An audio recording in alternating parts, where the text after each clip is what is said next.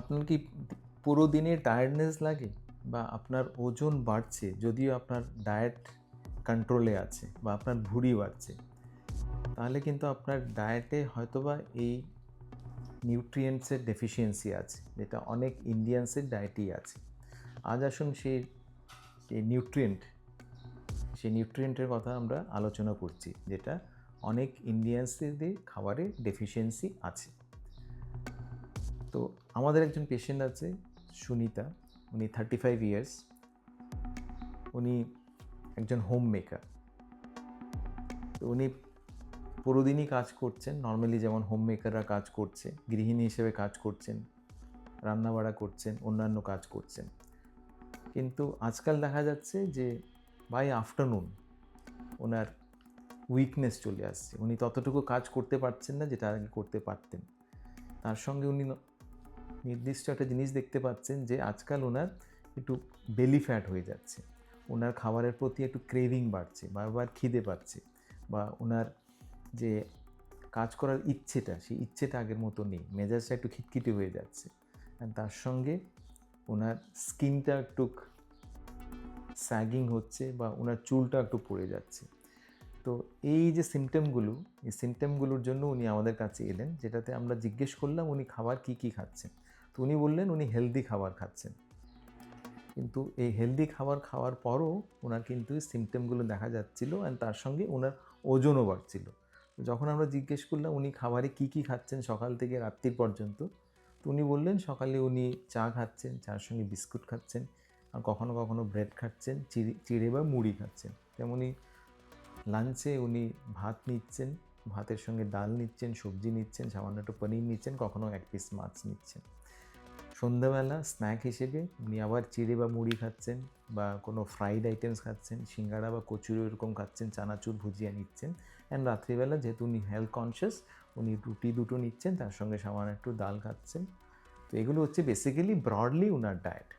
তো এই ডায়েট উনি ভাবছেন উনি লাইট নিচ্ছেন, উনি হালকা খাবার খাচ্ছেন, হেলদি খাবার খাচ্ছেন। কিন্তু উনার ডায়েটে যেটা উনি বুঝতে পারছেন না, একটা জিনিস যেটা খুব কম পরিমাণে আছে, সেটা হচ্ছে প্রোটিন। আর এই প্রোটিনই উনি ডেফিশিয়েন্ট বা ঘাটতি আছে ওনার বডিতে। অ্যান্ড প্রোটিন ডেফিসিয়েন্সি যে শুধু আমাদের সুনিতা দেবীর আছে সেটা না, প্রোটিন ডেফিসিয়েন্সি আমাদের ইন্ডিয়ানসের 80% ইন্ডিয়ানসের ডায়েটে প্রোটিন ডেফিসিয়েন্সি আছে। আর প্রোটিন ডেফিসিয়েন্সি আজকাল একটা এপিডেমিক হয়ে গেছে। আমাদের খাবারে 1 গ্রাম পার কিলো বডি ওয়েটে প্রোটিন থাকা দরকার। তার মানে আপনার ওজন যদি 60 কিলো হয়, আপনার ডায়েটে মিনিমাম 60 গ্রামও প্রোটিন থাকা দরকার। কিন্তু আমরা আমাদের ডায়েটে তার হাফ নিচ্ছি অন অ্যান অ্যাভারেজ। আর প্রোটিন রিকোয়ারমেন্ট আরও বেড়ে যায় যখন আপনি অ্যাক্টিভ যদি থাকছেন, আপনি যদি জিমে যাচ্ছেন, বা খুব যদি অ্যাক্টিভিটি আপনার লেভেল বেশি থাকে, তাহলে কিন্তু আপনার সেই রিকোয়ারমেন্টটা আরও বেড়ে যায়। তখন গিয়ে 60 গ্রামের বদলে সেটা অলমোস্ট লাইক 100 গ্রাম হয়ে যায়। কিন্তু practically most of the time আমাদের খাবারে কিন্তু ততটুকু প্রোটিন থাকে না। 50% বা তার কম প্রোটিন আমাদের ডায়েটে থাকে। আর এই ডিক্রিজ প্রোটিনের জন্য কিন্তু অনেক সমস্যা দেখা যায়। ইনফ্যাক্ট আইসিএমআর, যেটা Indian council of medical research, যেটা গভর্নমেন্ট অর্গানাইজেশন, যেটা বিভিন্ন রিসার্চ করছে রিগার্ডিং ডায়েট অ্যান্ড নিউট্রিশন, একটা প্যান ইন্ডিয়া, অল ওভার ইন্ডিয়াতে একটা স্টাডি করা হয়েছিল ডায়েট সম্পর্কে, যে ইন্ডিয়ানসরা কী ডায়েট নিচ্ছেন। সেই ডায়েটে দেখা গেছে, ডায়েট সমীক্ষায়, যে ইন্ডিয়ানসদের খাবারে এক্সেসিভ পরিমাণে কার্বোহাইড্রেট আছে। 62 to 70% ক্যালোরি যেটা আমাদের খাবারে আছে, সেটা আসে কার্বোহাইড্রেট বা শর্করা থেকে। আর মোস্ট অফ দ্য টাইম এই শর্করা হচ্ছে সিম্পল কার্বোহাইড্রেট, যেটা আমাদের খাবারে ততটুকু পরিমাণে থাকা উচিত না। কার্বোহাইড্রেট যেমন আমাদের খাবারে বেশি পরিমাণে আছে, তেমনই আমাদের খাবারে প্রোটিনের পরিমাণ অনেকটাই কম। এই সমীক্ষায় দেখা গেছে আমাদের প্রোটিন অ্যারাউন্ড 10 to 12% আমাদের প্রোটিন আছে আমাদের ডায়েটে, যেটা অ্যারাউন্ড 25% থাকার কথা। তার মানে আমরা হাফের তুলনায় 50%-এর তুলনায়ও কম প্রোটিন নিচ্ছি আমাদের ডায়েটে। আর 80% অফ ইন্ডিয়ানসদের কিন্তু প্রোটিন ডেফিসিয়েন্সি আছে, এই সমীক্ষায় দেখা গেছে। তো প্রোটিন আমরা সাধারণত মনে করি যারা জিমে যাচ্ছে, যারা বডি বিল্ডার, ওদেরই প্রোটিন দরকার। আসলে কিন্তু প্রোটিন সবারই দরকার, কারণ প্রোটিন হচ্ছে একটা ইম্পর্ট্যান্ট একটা নিউট্রিয়েন্ট, যেটা আমাদের না হলে আমাদের শরীর ভালোভাবে কাজ করবে না। তো প্রোটিনের অনেক রোল আছে, তার মধ্যে কিছু কিছু রোল হচ্ছে, যেমন প্রোটিন আমাদের মাসেল বিল্ড আপ করতে সাহায্য করছে, আমাদের ইমিউনিটি বিল্ড আপ করতে সাহায্য করছে, আমাদের হার্টের জন্য এটা ইম্পর্টেন্ট, আমাদের ব্রেন ফাংশনের জন্য ইম্পর্টেন্ট, আমাদের যে স্কিন, আমাদের যে ত্বক বা আমাদের যে নেলস বা হেয়ার্স, সেটার জন্যও কিন্তু প্রোটিনের অনেক রোল আছে। প্রোটিন তেমনই বিভিন্ন হরমোনস, আমাদের শরীরে যে বিভিন্ন হরমোন তৈরি হয় বা বিভিন্ন এনজাইম যেটা আমাদের শরীরে থাকে, সেটার জন্য কিন্তু প্রোটিন খুব ইম্পর্টেন্ট। তো প্রোটিনের বিভিন্ন রোল আছে। আর আমাদের ডায়েট এক তো হচ্ছে প্রোটিন ডেফিশিয়েন্ট, আমরা যতটুকু প্রোটিন নেওয়ার কথা ততটুকু নিই না। আর সেকেন্ড, আমরা যে প্রোটিনও নিই সেই প্রোটিনে অনেক ক্ষেত্রে দেখা গেছে সেটা ইনফিরিয়র কোয়ালিটি প্রোটিন। তো আমাদের ডায়েটে এক তো হচ্ছে প্রোটিন ডেফিসিয়েন্সি, প্রোটিন ততটুকু থাকে না কোয়ান্টিটি অনুযায়ী, অ্যান্ড আমাদের ডায়েটে কোয়ালিটি অফ প্রোটিনও কিন্তু অনেক ক্ষেত্রে ইনফিরিয়র কোয়ালিটি থাকে। তো আমাদের ডায়েট হচ্ছে প্রোটিন ডেফিশিয়েন্ট আর কার্বোহাইড্রেট হেভি, আর দুটোরই কোয়ালিটি পুয়ার, কার্বোহাইড্রেটের কোয়ালিটিও পুয়ার অ্যান্ড প্রোটিনের কোয়ালিটিও পুয়ার। তো এই যেটা combination, high carbohydrate and low protein along with poor quality of protein and carbohydrate, সেটার যেটা কম্বিনেশন, এটা হচ্ছে একটা ডেডলি কম্বিনেশন। আর সেটার জন্য আমাদের বিভিন্ন সমস্যা, যেমন আমাদের ওজন বাড়া, ভুঁড়ি ইনক্রিজ হওয়া, বা আমাদের ইনসুলিন রেজিস্ট্যান্ট বা সুগার হওয়া, বা আমাদের ইমিউনিটি কমে যাওয়া, ঘন ঘন ইনফেকশন হওয়া, বা আমাদের যে দুর্বল লাগা, কায়িক পরিশ্রম যে করার যেটা ক্ষমতা সেটা কমে যাওয়া, সেই সবগুলি হচ্ছে এই প্রোটিন ডেফিসিয়েন্সির জন্য মোস্ট অফ দ্য টাইম সেটা দায়ী। তো প্রোটিন আমাদের এইগুলোর সঙ্গে সঙ্গে আমাদের ওয়েট লসের জন্য খুব ইম্পর্টেন্ট। যারা ওয়েট লস করতে চান তাদের খাবারে কিন্তু অ্যাডিকুয়েট পরিমাণে প্রোটিন থাকাটা ইম্পর্টেন্ট, কারণ প্রোটিন আমাদের স্যাটাইটি দেয়, আমাদের ফুলনেস দেয়। যখনই আমাদের প্রোটিন খাবারে সাফিসিয়েন্ট পরিমাণে থাকে আমাদের সেটা ফুলনেস দেয়, আমাদের বারবার খিদে পায় না। আর যেহেতু বারবার আমাদের খিদে পায় না, আমাদের খাবারের পরিমাণটা কমে যায়, তার জন্য ক্যালোরি ইনটেক কমে যায়, তার সঙ্গে আমাদের ওজনও কমে যায়। তো প্রোটিন আমাদের ফুলনেস দেয়। প্রোটিন আমাদের যে বিভিন্ন হাঙ্গার হরমোন আছে, সেই হাঙ্গার হরমোনকে সাপ্রেস করে রাখে, মানে আমাদের বারবার খিদে পায় না। তো তার সঙ্গে প্রোটিন যখন আমাদের বডি ডাইজেস্ট করে, প্রোটিন ডাইজেশনের জন্য কিন্তু আমাদের বডির অনেক ক্যালোরি খরচা করতে হয়। 30% ক্যালোরি আমাদের বডি খরচা করছে প্রোটিন ডাইজেস্ট করার জন্য, যেটা কার্বোহাইড্রেট বা ফ্যাট ডাইজেশনের ক্ষেত্রে ততটুকু ক্যালোরি বডিকে খরচা করতে হয় না। তো সেই হিসেবেও প্রোটিন নিলে আমাদের ক্যালোরি খরচা বেশি হয়, তার থেকে আমাদের ওজন কমতে শুরু করে। তো তার জন্য প্রোটিন যদি আমাদের খাবারে অ্যাডিকুয়েট থাকে, আমরা এফর্টলেসলি ওজন কমাতে পারবো। তো প্রোটিন যেমন ওজন কমানোর জন্য ইম্পর্টেন্ট, তেমন আরও অন্যান্য ইম্পর্টেন্ট রোল আছে।